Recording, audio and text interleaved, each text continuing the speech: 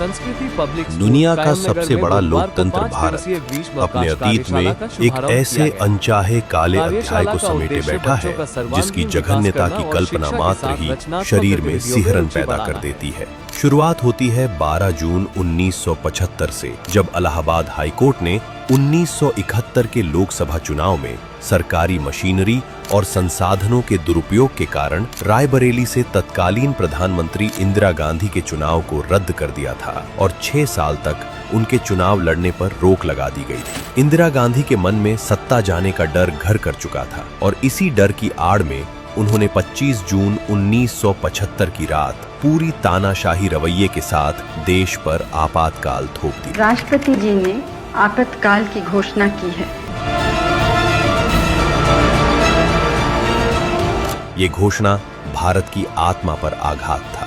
25 जून की उस रात को खुलेआम देश की आत्मा को कांग्रेस ने कुचल दिया था। मौलिक अधिकारों की तिलांजलि दे दी गई थी। 25 जून 1975 को देश में लगा आपातकाल लोकतंत्र की आत्मा पर कांग्रेस की करतूतों का काला धब्बा है। 27 जून 1975 को अनुच्छेद 358 और 359 को लागू किया गया। अनुच्छेद 358 के तहत अनुच्छेद 19 में दिए गए अभिव्यक्ति, भाषण, आंदोलन और सभा की स्वतंत्रता के अधिकार निलंबित किए गए। अनुच्छेद 359 के अंतर्गत अनुच्छेद 14, 21 और 22 जैसे मौलिक अधिकारों यानी कानून के समक्ष समानता, जीवन और स्वतंत्रता का अधिकार तथा गिरफ्तारी से सुरक्षा के प्रवर्तन को निलंबित किया गया। इंदिरा गांधी और कांग्रेस की तानाशाही सोच की उपज आपातकाल ने लोकतंत्र को बेड़ियों में जकड़ लिया था। न्यायालय को बहरा कर दिया गया था, बोलने वालों की आवाज छीन ली गई थी और लिखने वालों की कलम की स्याही सुखा दी गई थी। जयप्रकाश नारायण,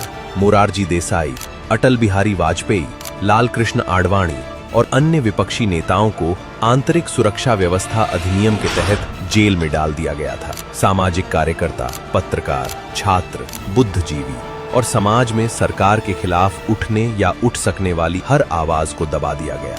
1,10,000 सामाजिक और राजनीतिक कार्यकर्ताओं को जेल में डाला गया। पूरे देश को जेल खाना बना दिया गया था। गिरफ्तार लोगों को जघन्य अपराधियों से भी अधिक यातनाएं दी गई। आपातकाल की घोषणा होते ही अखबारों के कार्यालय की बिजली आपूर्ति रोक दी गई। 253 पत्रकारों को भी गिरफ्तार किया गया। प्रेस पर प्रतिबंध लगा दिया गया। समाचार पत्रों के ऑफिस में सरकार के अफसर तैनात होते थे जो ये सुनिश्चित करते थे कि समाचार पत्रों में सरकार के खिलाफ खबर न पहुंचे। अखबारों को उनके एडिटोरियल और कवरेज के आधार पर दोस्त, न्यूट्रल और दुश्मन के रूप में लेबल किया गया था। आपातकाल के आघात से कलाकार भी अछूते नहीं रहे। किशोर कुमार की आवाज को बंद कर दिया गया।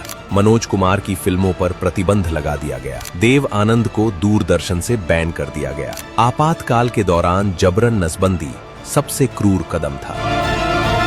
1975 से 76 में कुल 26.42 लाख नसबंदी ऑपरेशन किए गए। 1976 से 77 में यह संख्या बढ़कर 81.32 लाख हो गई। 2 वर्षों में 1.07 करोड़ नसबंदी ऑपरेशन किए गए। सैकड़ों अविवाहित लोगों की नसबंदी हुई। लगभग 2000 लोग नसबंदी ऑपरेशन के दौरान मारे गए।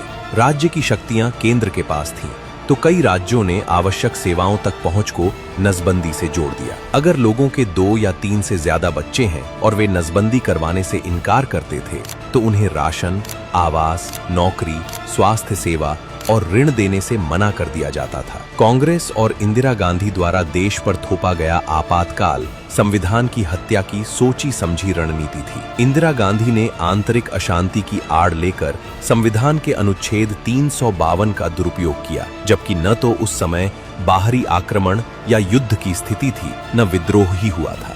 आपातकाल किसी राष्ट्रीय संकट का परिणाम नहीं था, बल्कि यह एक डरी हुई प्रधानमंत्री की सत्ता बचाने की जिद थी। 21 महीनों तक लगातार जनाक्रोश और जनता के बढ़ते दबाव के कारण जनवरी 1977 में चुनावों की घोषणा हुई और मार्च 1977 में हुए चुनाव में जनता ने आपातकाल का बदला लिया। कांग्रेस सत्ता से बाहर हुई। इंदिरा गांधी स्वयं रायबरेली से चुनाव हार गईं। जनता पार्टी को जबरदस्त समर्थन मिला और लोकतंत्र फिर स्थापित हुआ। कहते हैं कि कुछ बुरी घटनाओं को जीवन में भुला देना चाहिए, लेकिन यदि ये घटना कांग्रेस द्वारा संविधान की हत्या हो तो इसे चिरकाल तक याद रखना चाहिए ताकि उसकी पुनरावृत्ति न हो और आने वाली पीढ़ियां उससे सीख ले सकें। पूरा देश संविधान की हत्या के पापी कांग्रेसियों को हमेशा याद रखेगा। देश को ये भी हमेशा स्मरण रहना चाहिए कि लाल किताब लेकर घूमने वाले उसी परिवार से आते हैं जिसने दर्जनों बार देश के संविधान को कुचलने का काम किया है। आज पूरा देश 25 जून को संविधान हत्या दिवस के रूप में याद कर रहा है। आदरणीय प्रधानमंत्री श्री नरेंद्र मोदी जी के नेतृत्व में केंद्र सरकार ने 11 जुलाई 2024 को 25 जून का दिन संविधान हत्या दिवस के रूप में मनाने की घोषणा की। संविधान हत्या दिवस का उद्देश्य उन लाखों लोगों के संघर्ष को सम्मान देना है जो लोकतंत्र को पुनर्जीवित करने के लिए जेल गए, यातनाएं और उत्पीड़न झेली, लेकिन लोकतांत्रिक मूल्यों से समझौता नहीं किया। पूरा देश आज आपातकाल के दौरान संघर्षरत उन महापुरुषों को याद कर रहा है जो एक तानाशाही मानसिकता वाली कांग्रेस सरकार के सामने डट कर खड़े रहे और लोकतंत्र की आत्मा को जीवंत रखने में खुद को खपा दी।